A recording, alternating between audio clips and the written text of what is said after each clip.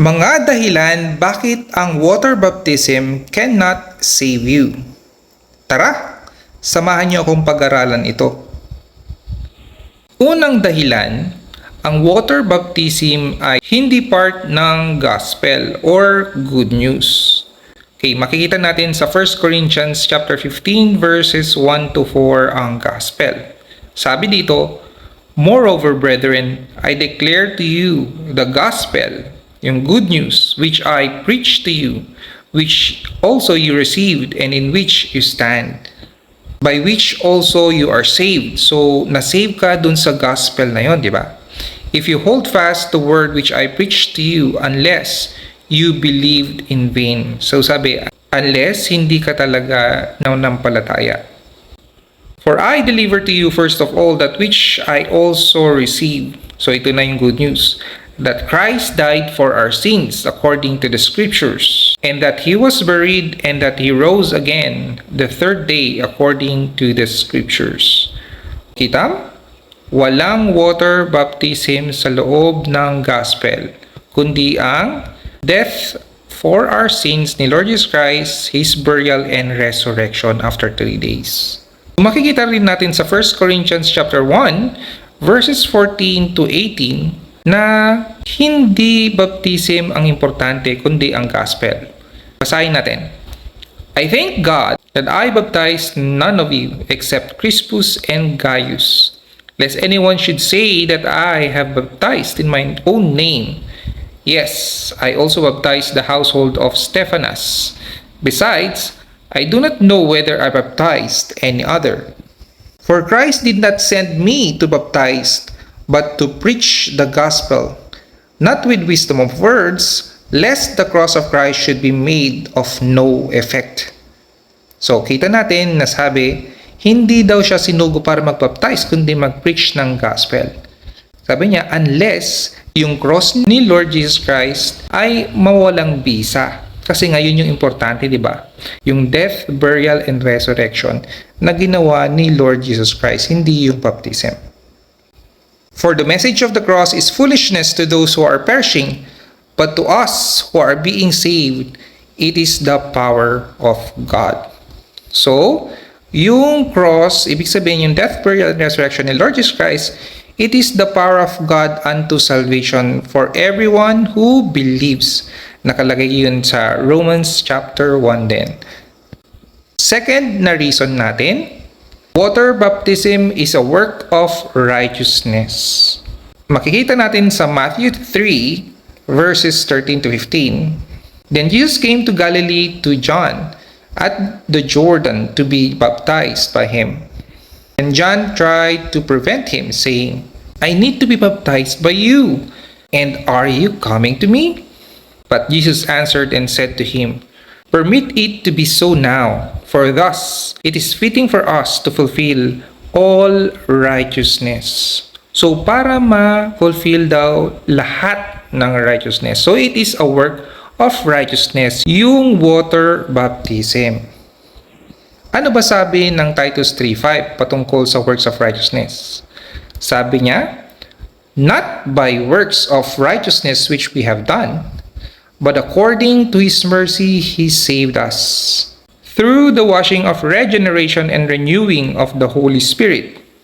So, yung regeneration, ang ibig lang sabihin nun is pagiging born again, born of the Spirit, born of God, born from above. Okay, sabi niya, not by works of righteousness, di ba? Kundi sa mercy niya lang tayo nasalba. Note lang na kung ang salvation is not a work of righteousness and water baptism is a work of righteousness, ibig sabihin lang na ang salvation is not of water baptism. Third na reason natin, ang conversion ni Cornelius, yung unang Gentile na na-save, contradicts the baptismal regeneration. So sa Acts chapter 10 verses 43 to 47, "To him all the prophets witness that through his name whoever believes in him will receive remission of sins." So si Apostle Peter yung nagsasalita rito. Pinipreach niya si Lord Jesus Christ. While Peter was still speaking these words, the Holy Spirit fell upon all those who heard the word. And those of the circumcision who believed were astonished, as many as came with Peter, because the gift of the Holy Spirit had been poured out on the Gentiles also. So, di ba? Habang nagsasalita si Peter, biglang nag-give of thanks sila. Yung Holy Spirit nag-fell sa kanila. Wala pang water baptism.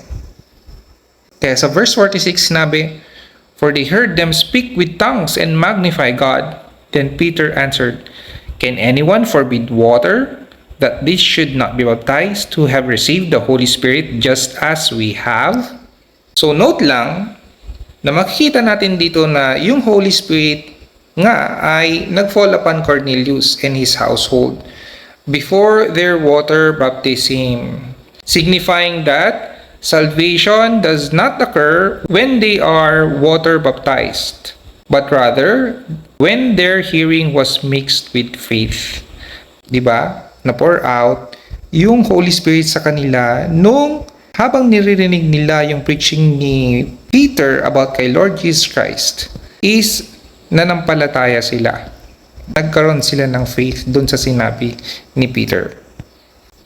Fourth na reason natin is the thief on the cross was saved without water baptism. Makikita natin to sa Luke chapter 23 verses 39 to 43. Basahin natin. Then one of the criminals who were hanged blasphemed him, saying, "If you are the Christ, save yourself and us."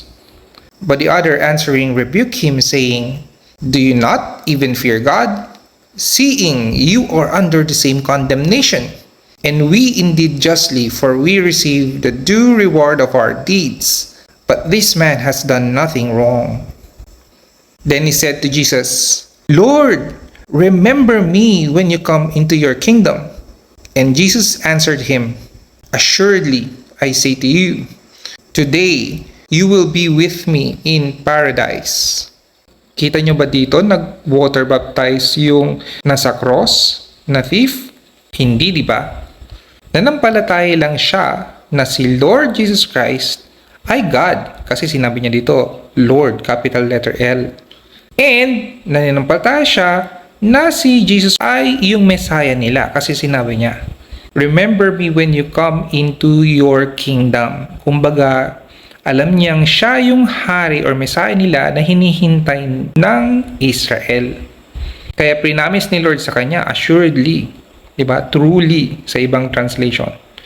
"Today you will be with me in paradise." So, diretso na siya sa heaven. Note lang na the thief on the cross ay isang picture ng lahat ng tao bago sila masave. Na lahat tayo ay helpless, hopeless, and hellbound. He was nailed on the cross besides the Savior. And yung only thing na kanyang gawin is the only thing na dapat din nating gawin, which is to have faith kay Lord Jesus Christ. The question is put forth in Acts 16:30 to 31 na sobrang simple. Sabi, "And he brought them out and said, Sirs, what must I do to be saved?" Ina-ask niya kung paano daw tayo masalba. So they said, "Believe on the Lord Jesus Christ and you will be saved, you and your household." Sobrang simple rin yung answer ni Paul at ni Silas. Believe, faith and trust kay Lord Jesus Christ para ikaw ay masalba. Walang water baptism. Ang fifth reason naman natin ay salvation is a gift of God. Nakikita natin dito sa Ephesians chapter 2 verses 8 to 9. "For by grace you have been saved through faith, and that not of yourselves. It is the gift of God, not of works, lest anyone should boast." So grasya lang tayo nasalba. Grasya means unmerited favor, undeserved kindness ni Lord. Through faith, di ba? Faith, believe, and trust. So, sabi, it is not from yourselves.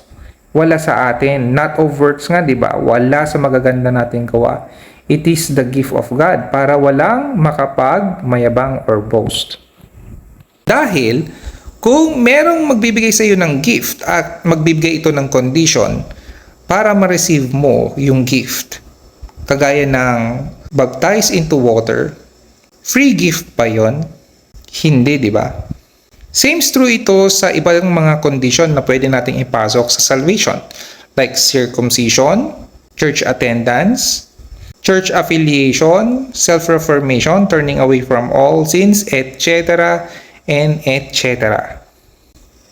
Makikita natin din sa Romans 4 verses 2 to 6. For if Abraham was justified by works, he has something to boast about but not before God. For what does the scripture say? Abraham believed God and it was accounted to him for righteousness. So kagaya rin ni Abraham, nanampalataya lang siya kay Lord kaya nagkaroon siya ng righteousness before God. Now to him who works, the wages are not counted as grace but as debt. Dahil kung merong work na pwede kang idagdag, is hindi na siya grace. Diba? Grace is unmerited favor. Hindi mo pinaghirapan yun. Sa verse 5 sabi, but to him who does not work, but believes on him who justifies the ungodly, his faith is accounted for righteousness.